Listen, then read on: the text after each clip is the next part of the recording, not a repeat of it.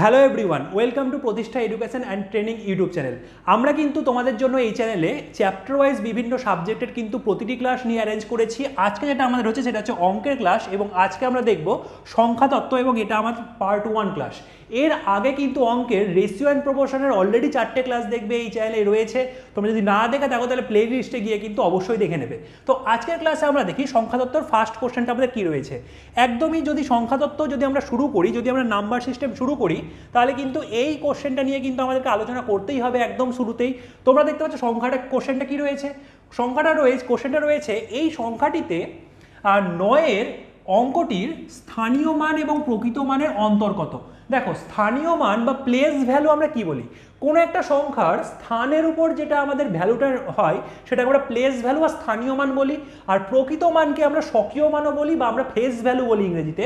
তো সেটা কিন্তু আমাদের সেই সংখ্যাটার মান যেটা হয়। তাহলে আমরা দেখতে পাচ্ছি সংখ্যাটা কত লেখা আছে, সংখ্যাটা লেখা আছে 229301। ওকে, এবার আমাকে বলেছে এখানে 9 সংখ্যাটি, মানে এই সংখ্যাটিতে 9 অঙ্কটির যদি আমরা স্থানীয় মান বলি, দেখো এই 9-এর পরে এই সাইডে যতগুলো সংখ্যা রয়েছে ততগুলো জিরো বসিয়ে দিয়ে কিন্তু আমরা যে কোনো সংখ্যার স্থানীয় মান কিন্তু ক্যালকুলেট করি। তাহলে আমরা কিন্তু এখানে 3টে সংখ্যা রয়েছে, তাহলে আমরা বলবো যে 9-এর যেটা স্থানীয় মান হবে সেটা কিন্তু 9000 হবে। একই রকমভাবে প্রকৃত মান নিয়ে যদি আমরা বলি, যে কোনো সংখ্যার প্রকৃত মান মানে হচ্ছে সেই সংখ্যাটা নিজেই। তাহলে 9-এর প্রকৃত মান কী হবে? 9-এর প্রকৃত মান 9 নিজেই হয়ে যাবে। এবার আমাকে বলেছে এদের অন্তর কত, মানে এদের বিয়োগফল কত। যদি আমাদের কোশ্চেনে বলে এদের যোগফল কত, আমরা যোগ করে দিতাম, গুণফল বললে গুণ করতাম, ভাগফল বললে ভাগ করতাম। আমাদেরকে বলেছে বিয়োগফল কত, তাহলে কিন্তু আমরা এখানে বিয়োগ করার পর কিন্তু আমাদের সঠিক অ্যান্সারটা কিন্তু পেয়ে যাব। কত হবে আমাদের? 10 থেকে 9 বাদ মানে 1, এখানে 1 হয়ে গেল, 10 থেকে 1 বাদ মানে 9, এখানে 1 হয়ে গেল, 10 থেকে 1 বাদ মানে এখানেও 9 হয়ে যাবে, আর এখানে আমাদের 8 হয়ে যাবে, মানে আমাদের 8991। মানে আমাদের কিন্তু অপশন নাম্বার এ আমাদের কিন্তু সঠিক অ্যান্সার হয়ে যাবে 8991। সবসময় মনে রাখবে যে কোনো সংখ্যার স্থানীয় মান মানে হচ্ছে সেই সংখ্যাটা স্থানের উপর নির্ভর করছে, তারপরে এই সাইডে যতগুলো সংখ্যা রয়েছে সে অতগুলো জিরো বসানোর পর কিন্তু আমরা স্থানীয় মান পেয়ে যাই। কারণটা কি? কারণটা হচ্ছে আমরা দেখো, যদি আমরা একক, দশক, শতক কিন্তু আমরা এই সাইড থেকে লিখতে শুরু করি, শতক, হাজার, অযুত, লক্ষ, নিযুত, কোটি এরকমভাবে, তাহলে আমাদের কিন্তু এই সাইডে যদি আমি বললাম 3-এর স্থানীয় মান কত, 300 হতো কিন্তু, ঠিক আছে। যদি বলতাম এই 2টার স্থানীয় মান কত, তাহলে কিন্তু 2-এর পর 4টে শূন্য হতো, মানে 20,000 কিন্তু হয়ে যেত। যদি বলতাম এই 2টার স্থানীয় মান কত, তাহলে 2-এর পর 5টা জিরো হতো। আর স্বকীয় মান বা আমি যদি বলি মানে প্রকৃত মান, সেটা কিন্তু সেই সংখ্যাটা নিজেই হয়ে যায়। চলে আসছে আমরা নেক্সট কোশ্চেন। আশা করি কারো কোথাও ডাউট নেই। দেখো এই কোশ্চেনের অ্যান্সার কিন্তু আমরা দেখতে পাচ্ছি অপশন নাম্বার এ কিন্তু আমাদের সঠিক অ্যান্সার হয়ে যাবে। নেক্সট কোশ্চেন দেখো, কোশ্চেনটা কি রয়েছে, ভীষণ রকম একটা ইম্পর্টেন্ট কোশ্চেন।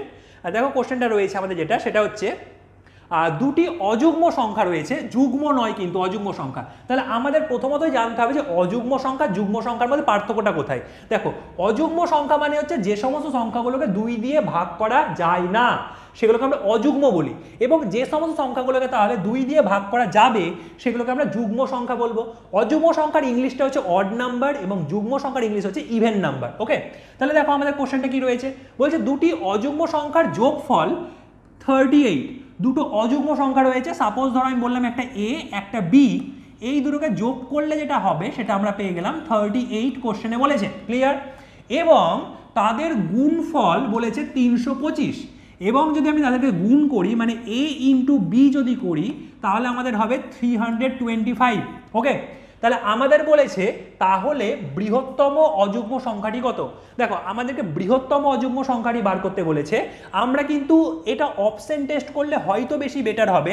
আমাদের যেহেতু গুণফলটাতে দেখো 5 আসছে, গুণফলটার শেষে 5 আসছে, মানে আমি কিন্তু এইটা বলতে পারবো যে দুটোর মধ্যে যে কোনো একটা সংখ্যাতে লাস্টে কিন্তু 5 হবে, মানে এ আর বি এর মধ্যে যে কোনো একটাতে 5 হবে, এবং 5 দিয়ে কিন্তু আমাদের একটাই অপশন রয়েছে।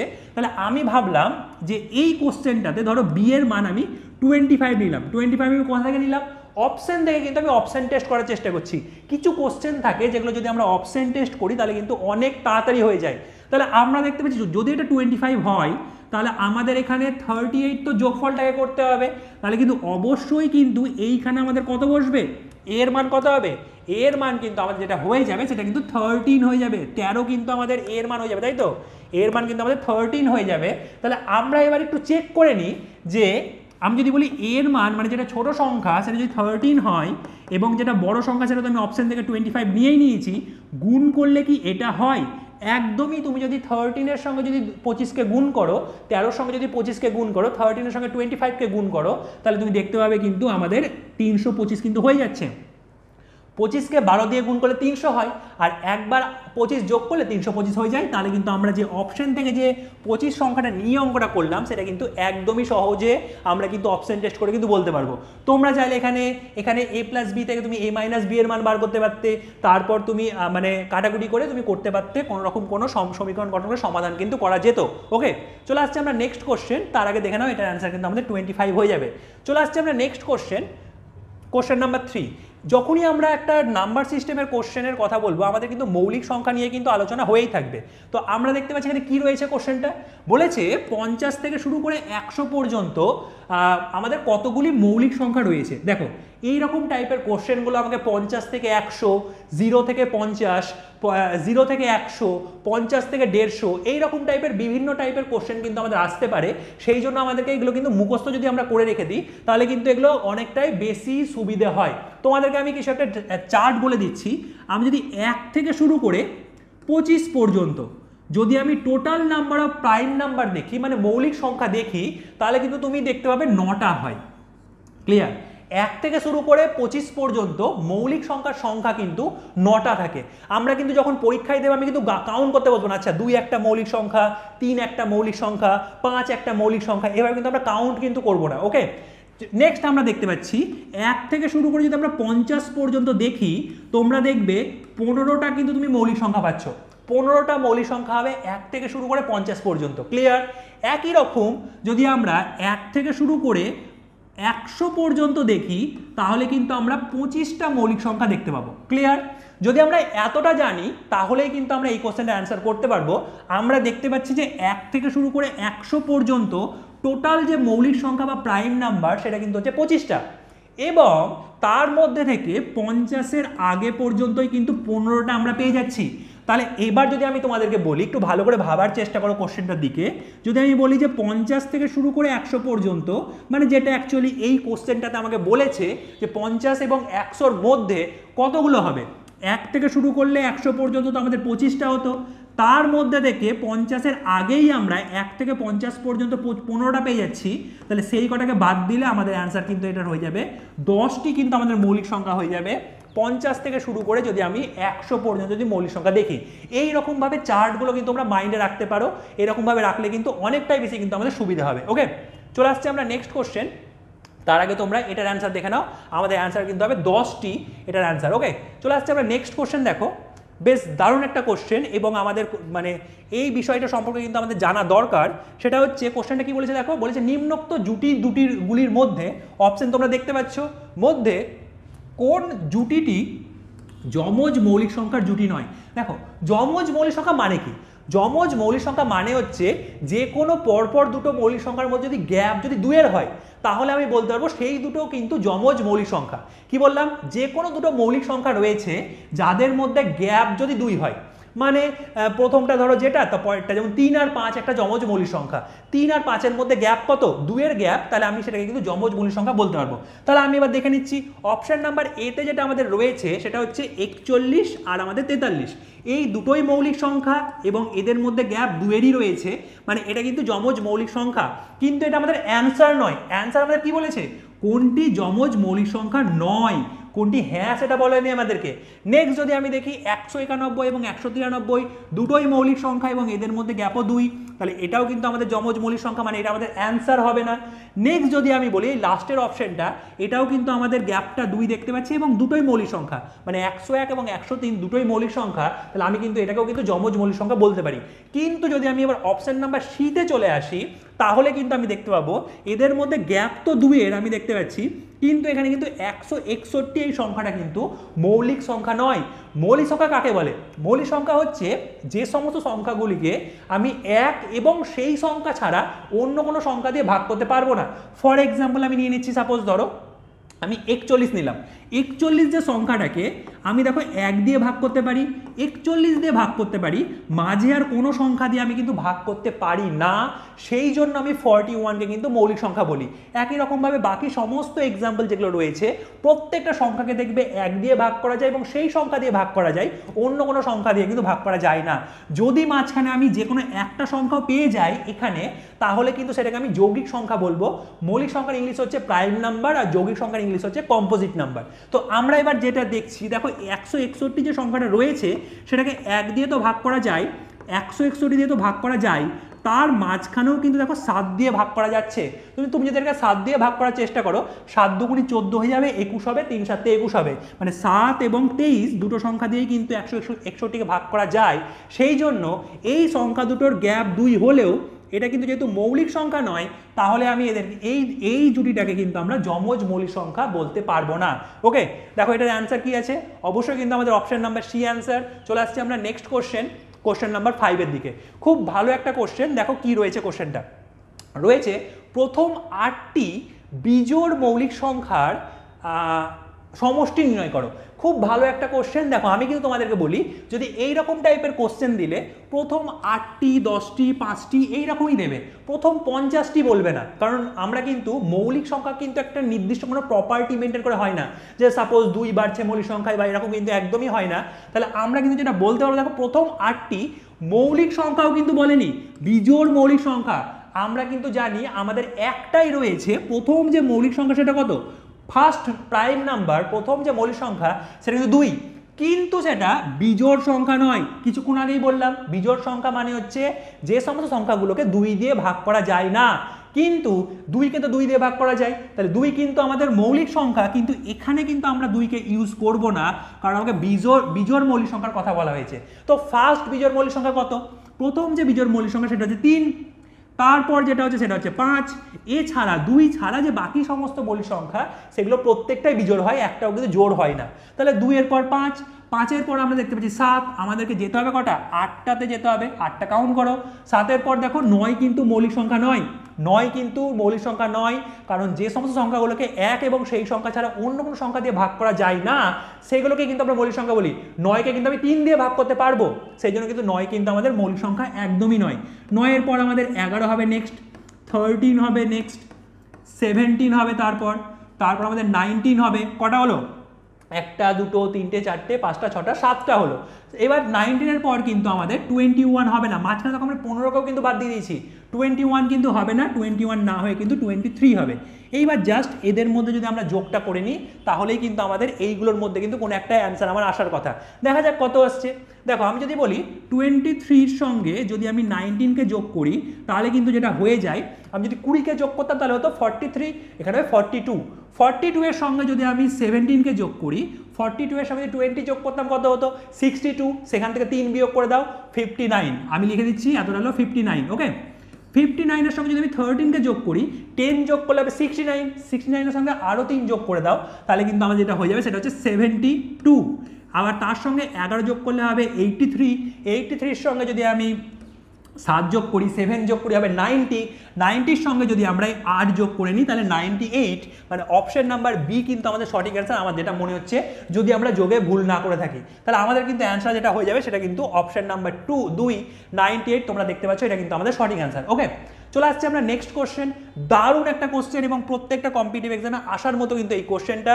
তোমরা কোশ্চেনটা কি দেখতে পাচ্ছ, কোশ্চেনটা দেখতে পাচ্ছ যে বলেছে যদি এই সংখ্যাটি 11 দ্বারা বিভাজ্য হয়, নাম্বার সিস্টেমের one of the most popular question হচ্ছে এটা, যদি 11 দ্বারা বিভাজ্য হয় তবে এক্স এর জায়গায় লিখিত মান কত হবে, মানে এক্স এর মান কত সেটা আমাদের বার করতে বলেছে যদি এই সংখ্যাটি 11 দ্বারা বিভাজ্য হয়। তাহলে আমরা যে কোনো সংখ্যা, এই এক্স এর জায়গায় কোনো একটা সংখ্যা বসবে, সাপোজ ধরো একটা ব্ল্যাঙ্ক রাখলাম, ফাঁকা জায়গা রাখলাম, এর পরবর্তীতে এখানে আমরা 4, এখানে আমরা 5, এখানে আমরা 8, এখানে আমরা 4, এইরকমভাবে বললাম। এইবার কোনো একটা সংখ্যা যদি 11 দ্বারা বিভাজ্য হয় তাহলে তার কি প্রপার্টি থাকা দরকার?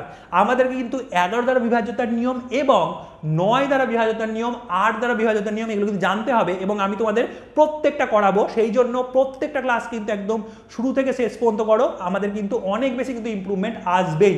ওকে, তাহলে দেখো এখানে আমরা এবার বলি, দেখো যদি আমি বলি কোনো একটা সংখ্যা 11 দ্বারা বিভাজ্য হতে হয়, সেই সংখ্যাটাতে যেটা থাকতে হয় সেটা হচ্ছে বিজোড় স্থানের অঙ্কগুলির যোগফল। কি বললাম? বিজোড় স্থান। বিজোড় স্থান বলতে সাপোজ ধর আমি এখানে এক্স বললামই, বিজোড় স্থানের অঙ্কগুলির যোগফল এবং জোড় স্থানের যে অঙ্কগুলি রয়েছে মানে ফার্স্ট, থার্ড এবং ফিফথ হচ্ছে বিজোড় স্থানে এবং সেকেন্ড আর ফোর্থ যদি 6 থাকতো আমি সেটাকেও নিতাম, এদের বিয়োগ করলে যদি 0 বা 11-র কোনো মাল্টিপল হয় তাহলে কিন্তু আমরা বলবো সেই সংখ্যাটা 11 দ্বারা বিভাজ্য। তাহলে আমি দেখতে পাচ্ছি এখান থেকে বিজোড় স্থানের অঙ্কগুলির যোগফল কত হচ্ছে, x + 5 + 4 করলে আমার কিন্তু হচ্ছে 9 + x। ওকে, এরপরে আমরা দেখতে পাচ্ছি এই দুটোর মধ্যে যদি আমি যোগ করি মানে আমাদের যেটা জোড় স্থানের অঙ্ক রয়েছে সেখানে কিন্তু হচ্ছে 12। ক্লিয়ার? তাহলে এইবার আমরা দেখতে পাচ্ছি সমান হতে হবে মানে বিয়োগফল 0 হতে হবে। তাহলে সাপোজ ধর আমি বললাম 12 থেকে আমি এটাকে বিয়োগ করব 12 থেকে, এখানে তুমি যে কোনো একটা থেকে অন্যটাকে বিয়োগ করতে পারো, যেটা তোমার দেখে মনে হবে বড় বা সমান হলে তো যে কোনো একটা থেকে করতে পারো, যেটা বড় দেখে মনে হবে সেখান থেকে কমটাকে বিয়োগ করতে হবে এবং এর যেটা বিয়োগ ফলটা হবে সেটা এক তো আমাদের 0 হতে হবে আর না তো 11-র কোনো মাল্টিপল হতে হবে, 11 হতে হবে, 22 হতে হবে, 33 হতে হবে, কিছু একটা হতে হবে। আমাদের যেটা কন্ডিশন সেটা হচ্ছে এক্স এর জায়গায় যেন এক অঙ্কের সংখ্যা আসে। যদি দেখো 0 বসিয়ে এক্স এর জায়গায় এক অঙ্কের সংখ্যা আসছে না, তুমি 11 বসিয়ে চেক করতে পারো।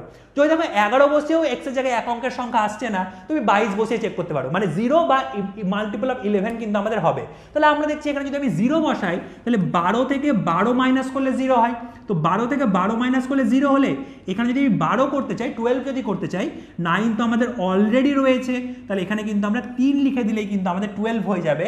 তাহলে আমরা কিন্তু একদম খুবই ইজিয়েস্ট ওয়েতে আমি কিন্তু উইদিন 5 সেকেন্ড বলে দিতে পারবো আমরা কিন্তু এটা কিন্তু অ্যান্সার হবে অপশন নাম্বার সি, আমাদের 3 কিন্তু অ্যান্সার হয়ে যাবে। এখানে যদি x জায়গায় 3 থাকতো তাহলে কিন্তু আমি বলতে পারতাম এই যে পুরো সংখ্যাটি সেটা কিন্তু 11 দ্বারা বিভাজ্য হবে। ওকে, ক্লিয়ার? চলে আসছে আমরা নেক্সট কোশ্চেন। আগে তোমরা দেখে নাও এটার অ্যান্সার অপশন নাম্বার C3 হয়ে যাচ্ছে আমাদের সঠিক অ্যান্সার। দেখো নেক্সট কোশ্চেন কি রয়েছে।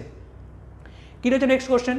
নেক্সট কোশ্চেন আমাদের বলা হয়েছে, বলেছে নিম্নে প্রদত্ত কোন সংখ্যাটি 8 দ্বারা বিভাজ্য নয়? আমি কিছুক্ষণ আগে কি বললাম, আমাদের 9 দ্বারা বিভাজ্যতার নিয়ম, 11 দ্বারা বিভাজ্যতার নিয়ম, 8 দ্বারা বিভাজ্যতার নিয়ম এগুলো জানতে হবে। তো আমাদের কিন্তু এইগুলো যেহেতু জানতে হবে তাহলে আমাদের কিন্তু সেই কোশ্চেনগুলো কিন্তু তোমাদের সামনে আমি সংখ্যাতত্ত্ব যে মানে চ্যাপ্টারটা রয়েছে আমি 4টে ক্লাসে নিয়ে আসবো। তোমরা যদি 4টে ক্লাস খুব মনোযোগ সহকারে পড়ো সমস্ত কিছু কিন্তু শিখতে পারবে। এর আগেও কিন্তু আমাদের অনুপাত অনুপাতের 4টে ক্লাস হয়ে গেছে অলরেডি, কিন্তু সেই ক্লাসগুলো যদি না দেখে থাকো দেখে নেবে এবং প্রপার নোট তৈরি করার চেষ্টা করো। চলে আসছে আমরা নেক্সট কোশ্চেন। দেখো কি বলেছে, বলেছে নিম্নে প্রদত্ত কোন সংখ্যাটি 8 দ্বারা বিভাজ্য নয়? দেখো এখানে 5 অঙ্কের সংখ্যা রয়েছে প্রত্যেকটা, এখানে 5-এর জায়গায় 7 অঙ্কের, 9 অঙ্কের, 10 অঙ্কের, 12 অঙ্কের দিতে পারতো, আমরা কিন্তু পুরোপুরি ভাগ করে দেখতে পারবো না। 8 দ্বারা বিভাজ্যতার নিয়ম যেটা বলছে সেটা হচ্ছে যদি কোনো একটা সংখ্যার শেষের 3টে অঙ্ক, ভালো করে শুনবে, শেষের 3টে অঙ্ক যদি 8 দিয়ে ভাগ যায় তাহলে কিন্তু আমি বলতে পারবো সেই সংখ্যাটি পুরোটাই কিন্তু 8 দিয়ে ভাগ যাবে। শেষের 3টে অঙ্ক যদি 8 দিয়ে ভাগ যায় তাহলে কিন্তু সেই পুরো সংখ্যাটাই কিন্তু 8 দিয়ে ভাগ যাবে। আমরা অপশন নাম্বার ডি থেকে স্টার্ট করছি কারণ আমাদের অ্যান্সারটা অপশন নাম্বার এতে আসবে, হয়তো আমরা অপশন নাম্বার ডি থেকে স্টার্ট করছি। 360 সংখ্যাটাকে কি 8 দিয়ে ভাগ করা যায়? 360কে যদি আমি 8 দিয়ে ভাগ করার চেষ্টা করি, হ্যাঁ অবশ্যই যাই। 4-8 32, তারপর 40 থেকে 5-8 40, এটা কিন্তু আমাদের 8 দ্বারা বিভাজ্য সংখ্যা, মানে এটা কিন্তু আমাদের অ্যান্সার নয়। অ্যান্সার কিন্তু আমাদের বলছে কোন সংখ্যাটা কিন্তু 8 দ্বারা বিভাজ্য নয়, যেটা বিভাজ্য সেটা কিন্তু আমাদের অ্যান্সার হবে না। মানে আমি বলতে পারি যে এটা কিন্তু আমাদের অ্যান্সার কিন্তু একদমই নয়। ক্লিয়ার? অ্যান্সার কিন্তু একদমই নয়। পরেরটা আমি চলে আসছি 832, হ্যাঁ 8 দিয়ে যাচ্ছে, 4-8 32 যায়, মানে এটাও কিন্তু আমাদের অ্যান্সার কিন্তু হবে না। একই রকম যদি আমি বলি 504কে কি 8 দিয়ে ভাগ করা যায়? হ্যাঁ, আমাদের 6-8 48 হয়, তাহলে 48 আর এখানে 32 থাকবে, তারপর আমি কিন্তু 504কেও কিন্তু আমি 8 দিয়ে ভাগ করতে পারবো। মানে এই সব সংখ্যাগুলোকে কিন্তু আমাদের 8 দিয়ে ভাগ করা যাচ্ছে, মানে এর মধ্যে কিন্তু একটাও কিন্তু আমাদের অ্যান্সার হওয়ার নয়। এবার চলে আসছি আমরা 676। 676কে কি আমি কমপ্লিটলি 8 দ্বারা ভাগ করা যায়? তুমি একবার দেখে নাও, দেখো আমি যদি বলি 8 8 64, আমাদের 3 এখান থেকে থাকবে, তারপর 36 আসছে, 36 কিন্তু 8 দিয়ে ভাগ যায় না, 32 যায়, 40 যায়, 36 কিন্তু মাঝখানে 8 দিয়ে ভাগ যায় না, তাহলে এই সংখ্যাটাকে কিন্তু আমি 8 দিয়ে ভাগ করতে পারবো না, তাহলে আমাদের অ্যান্সার কিন্তু অপশন নাম্বার এ সঠিক অ্যান্সার হয়ে যাবে। 12,676কে কিন্তু আমরা 8 দিয়ে কমপ্লিটলি ভাগ করতে পারবো না। আমি কি বললাম, 8 দ্বারা বিভাজ্যতার নিয়মটা হচ্ছে যদি যে কোনো একটা সংখ্যার শেষের 3টে অঙ্ক 8 দিয়ে ভাগ যায় তাহলে পুরো সংখ্যাটাই কিন্তু 8 দিয়ে ভাগ যায়। একই রকমভাবে আমি বলতে পারি 4 দ্বারা বিভাজ্যতার নিয়ম হচ্ছে লাস্টের দুটো অঙ্ক যদি 8 দিয়ে ভাগ যায় তাহলে পুরোটাই কিন্তু 8 দিয়ে ভাগ যাবে, 4 দিয়ে ভাগ যাবে। যদি মানে লাস্টের দুটো অঙ্ক যদি 4 দিয়ে ভাগ যায় তাহলে পুরোটাই কিন্তু 4 দিয়ে ভাগ যাবে। একই রকম বলতে পারি 16 দ্বারা, মানে 4-এর মাল্টিপল যেগুলো হয় 16 দ্বারা বিভাজ্যতার নিয়ম হচ্ছে যদি লাস্টের 4টে অঙ্ক যদি 16 দিয়ে ভাগ যায় তাহলে কিন্তু পুরোটাই কিন্তু 16 দিয়ে ভাগ যায়। এরকমভাবে কিন্তু আমি বলতে পারি। চলে আসছি আমরা, দেখো এটার অ্যান্সার হচ্ছে অপশন নাম্বার এ। এরপরে আমরা চলে আসছি নেক্সট কোশ্চেন নাম্বার 8।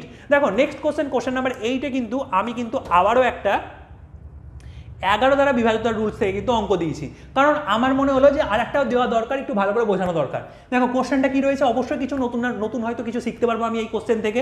দেখো যেটা রয়েছে সেটা হচ্ছে যদি এই সংখ্যাটিকে 11 দ্বারা বিভাজ্য হয়, যদি এই সংখ্যাটি 11 দ্বারা ভাগ করা যায়, বিভাজ্য হয়, তাহলে বলেছে এই স্টার চিহ্নিত স্থানে সংখ্যাটি কত। বারবার আমাদের এই কোশ্চেনটাই থাকে, কোনো একটা জায়গায় স্টার দেওয়া থাকে বা কোনো একটা জায়গায় ব্ল্যাঙ্ক থাকে, কোনো একটা জায়গায় গুণ চিহ্ন দেওয়া থাকে, এক্স দেওয়া থাকে, বলে সেই সংখ্যাটা কত হবে সেটা কিন্তু আমাদের বার করতে বলে। তাহলে আমাদের কিন্তু রুলসটা কিন্তু অনেকটা সেরকমই হবে। কি রুলসটা যেটা রয়েছে সেটা হচ্ছে এই যে সংখ্যাটা এখানে ধরো আমি সাপোজ এক্স ধরলাম, এই সংখ্যাটার আমাদেরকে করতে হবে কি, যেটা দেখতে হবে বিজোড় স্থানের অঙ্কগুলির যোগফল কত হচ্ছে, বিজোড় স্থানের অঙ্কগুলির যোগফল কত হচ্ছে। তাহলে আমি যদি বিজোড় স্থানের অঙ্কগুলি দেখি, এই যে এই সংখ্যাগুলি হচ্ছে বিজোড় স্থানে রয়েছে, তাহলে আমি দেখতে পাচ্ছি 4 আর 3 যোগ করলে 7 হয়ে যায়, 7 আর 7 14 হয়ে যায়, 14 আর 2 কিন্তু 16 হয়ে যায়। বিজোড় স্থানের যদি আমি অঙ্কগুলোকে যোগ করি তাহলে কিন্তু আমাদের 16 কিন্তু হয়ে যাচ্ছে। পরবর্তীতে যেটা আমাদের দেখতে হবে সেটা হচ্ছে জোড় স্থান অর্থাৎ ইভেন প্লেসগুলোর যোগফলগুলো কত হচ্ছে। আমি যদি এই দুটোর মধ্যে এগুলোর মধ্যে যদি যোগ করি, এগুলোই কিন্তু আমাদের ইভেনে রয়েছে, তাহলে 5 আর 3 8 আর 8 প্লাস এক্স, 8 প্লাস এক্স হচ্ছে। এবার আমাদের কিন্তু দেখতেই পাচ্ছি 16 যদি আমি এখানে করতে চাই তাহলে আমাদের এক্সের জায়গায় 8 হতে হবে। আমি কিন্তু খুবই সহজে কিন্তু বলতে পারবো, যদি আমি স্টারের জায়গায় যদি আমি 8 বসিয়ে দিই তাহলে কিন্তু আমাদের অ্যান্সারটা হয়ে যাবে। অ্যাকচুয়ালি আমরা করলাম কিভাবে, দেখো এই দুটোর মধ্যে যে কোনো একটা থেকে যেটা তোমার বেশি মনে হবে সেখান থেকে কমটাকে বিয়োগ করো, কমটাকে বিয়োগ করার পর অ্যান্সারটা 0 অথবা 11 কোনো মাল্টিপল করতে হবে। ক্লিয়ার? আমাদের টার্গেট থাকবে এক্স এর জায়গায় যেন এক অঙ্কের সংখ্যা আসে। এক্স এর জায়গায় এক অঙ্কের সংখ্যা আনার জন্য আমি এখানে 0 লিখতে পারি। 0 দিয়ে যদি এক অঙ্কের সংখ্যা না আসে তাহলে আমি 11 বা 22 মানে 11 কোনো মাল্টিপল লিখতে পারি। তাহলে আমাদের এখানে 0 বসে এক অঙ্কের সংখ্যা চলে আসছে। 16 থেকে 16 বাদ দিলে 0 হয়। এখানে যদি আমি 16 করার চেষ্টা করি তাহলে কিন্তু এক্স এর জায়গায় কিন্তু আমাদের 8 লিখতে হবে, তাহলে তো 16 হবে, 8 + 8 16, তাহলে কিন্তু আমাদের এক্স এর জায়গায় 8 হয়ে যাচ্ছে, মানে আমি অপশন নাম্বার এ কিন্তু আমাদের সঠিক অ্যান্সার কিন্তু হয়ে যাচ্ছে। ওকে, বেশ, তাহলে তোমরা দেখতে পাচ্ছ এটার অ্যান্সার যেটা সেটা কিন্তু হচ্ছে অপশন নাম্বার এ, 8 কিন্তু আমাদের সঠিক অ্যান্সার। আজকের মতো কিন্তু আমরা ক্লাসটা এতটাই রাখলাম। আমাদের কিন্তু এই নাম্বার সিস্টেমেরই আমাদের পার্ট 2, পার্ট 3, পার্ট 4 অনেকগুলো পার্ট আসবে। প্রত্যেকে কিন্তু মনোযোগ সহকারে প্রতিটি পার্ট দেখবে এবং যদি প্রপার নোট তৈরি করো তাহলে কিন্তু দেখবে অনেক বেশি স্পিডে কিন্তু তোমাদের কিন্তু অঙ্ক আস্তে আস্তে হতে শুরু করবে। এবং সামনে কিন্তু আমাদের অনেক কম্পিটিটিভ এক্সাম রয়েছে, সেই জন্য কিন্তু অবশ্যই সেই সমস্ত কম্পিটিটিভ এক্সামগুলোর জন্য কিন্তু এই ক্লাসগুলি অনেক বেশি কিন্তু উপযোগী হবে। চলো তাহলে আজকের মতো আমরা এখানেই ক্লাসটা শেষ করছি। প্রত্যেকে ভালো করে প্রিপারেশন করো, খুব ভালো থাকো এবং প্রত্যেকে কিন্তু খুবই বেশি ফাস্টলি কিন্তু অঙ্কগুলো প্র্যাকটিস করার চেষ্টা করো। চলো আজকের মতো আমরা এখানে ক্লাসটা শেষ করলাম। Thank you so much.